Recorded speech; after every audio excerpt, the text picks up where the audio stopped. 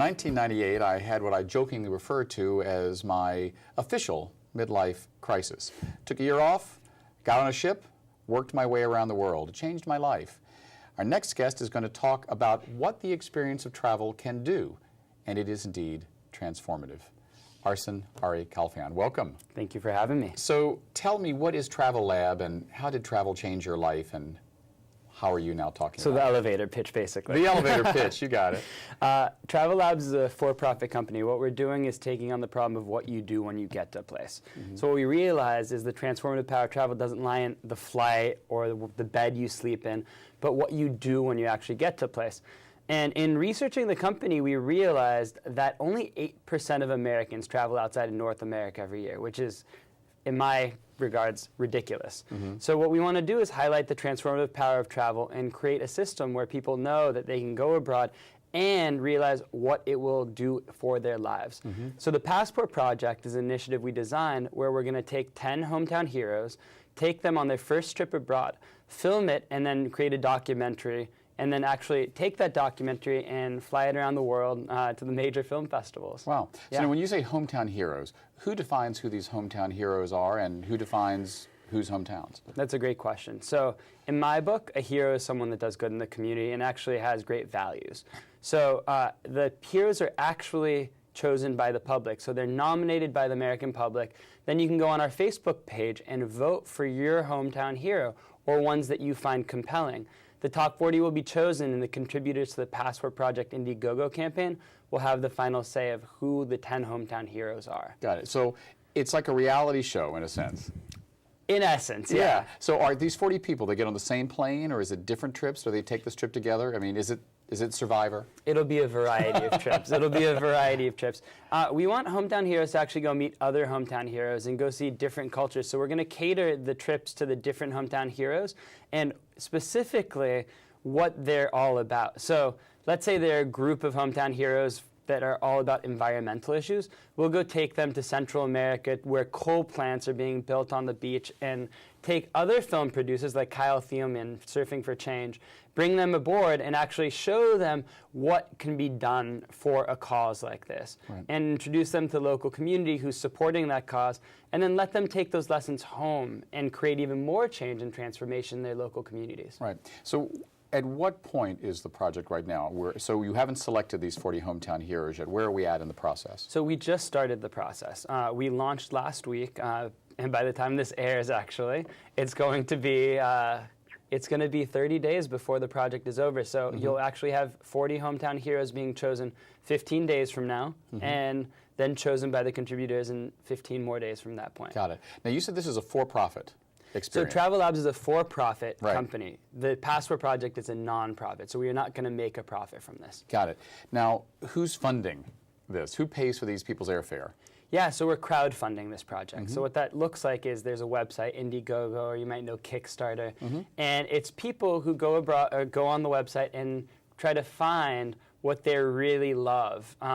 Arts or film or different types of nonprofit initiatives, and they contribute small sums of money to large sums of money, and they put their name behind it. So it's a lot of people from all around the United States and all around the world who put their name behind something and help fund these projects. Now, you said that according to your stats, 8% of people in the United States or North America travel outside the borders of North America every year. Yeah. And you say that's a bad thing. But what do you say to those people who say, I don't have the money to travel outside of North America?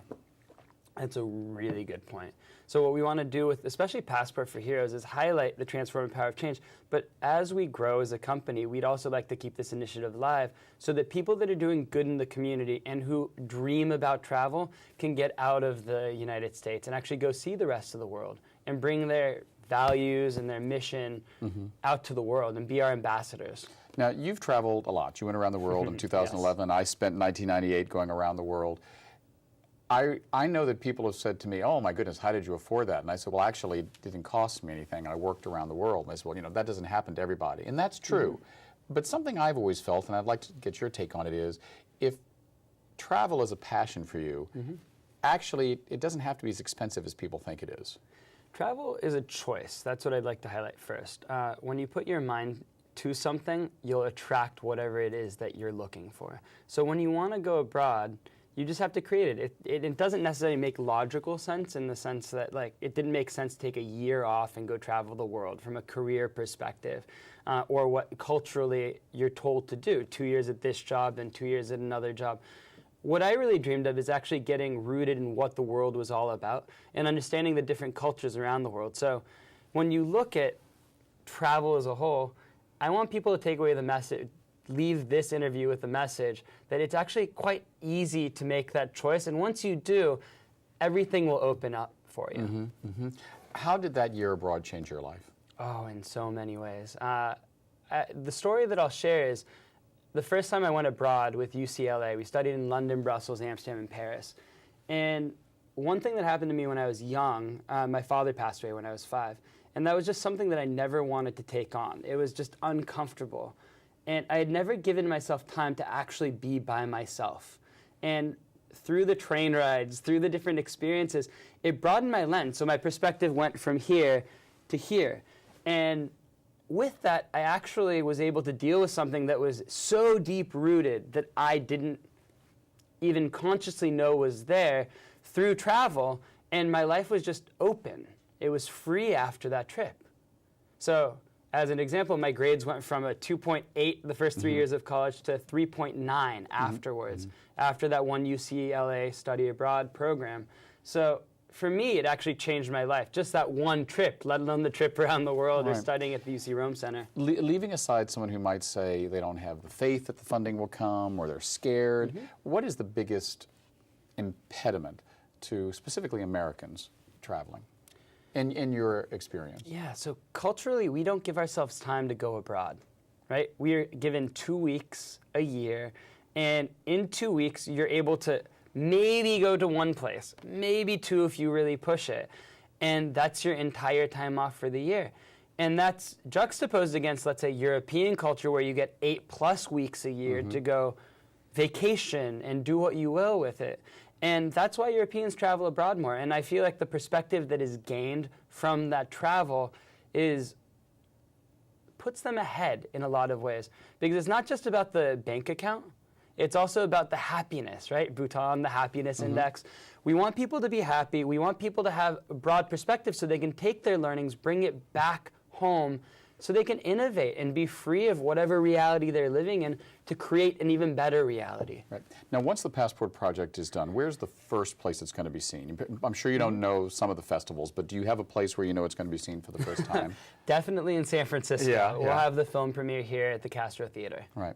In our last few minutes, talk to me about what you as an American feel like when you travel abroad. I remember in 1998, at the beginning of the year, it was very friendly for Americans. And by the end of the year, there had been the Yugoslav War, the Oslo Peace Accords were very different. So I watched the reactions to me as an American, literally as I went around the world, change. What's the reaction to you as an American when you travel? It depends. And as a gay man? Yeah. As a gay man, it's actually been much easier to travel abroad because the community of other gay men and gay women around the world have supported me, and they actually helped me come out.